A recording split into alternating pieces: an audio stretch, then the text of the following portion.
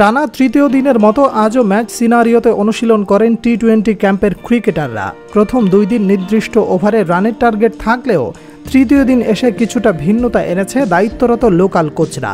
তামিম, জিসান ও নাইমদের target দেওয়া হয় 70 রানের, ছিল না নির্দিষ্ট ওভার। মূলত কত ওভারে এই রান সংগ্রহ করতে পারে এবং তার মধ্যে কয় উইকেট হারায় তা দেখাই ছিল মূল লক্ষ্য।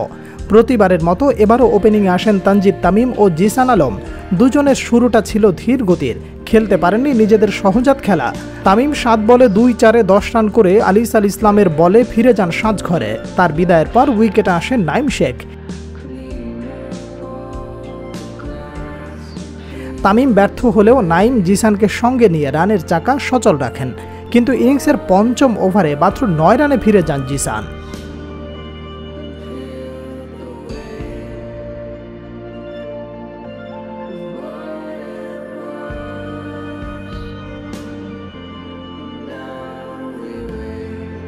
জিসানের আউটের পর আবারও ব্যাটিং করতে আসেন তামিম। উইকেটে থাকা নাইমের সঙ্গে জুটি বেঁধে 8 ওভারে লক্ষ্যে পৌঁছান। এই সময় নাইম শেখ 21 বলে 36 আর তামিম করেন 18।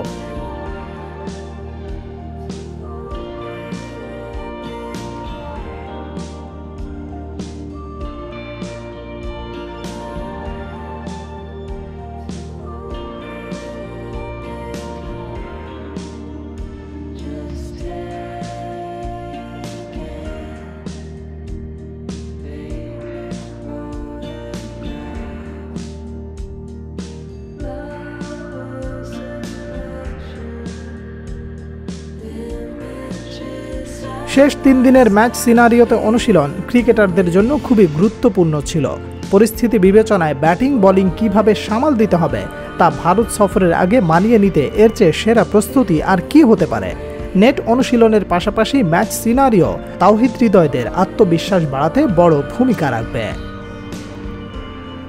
Salman Abdullah, sports and news.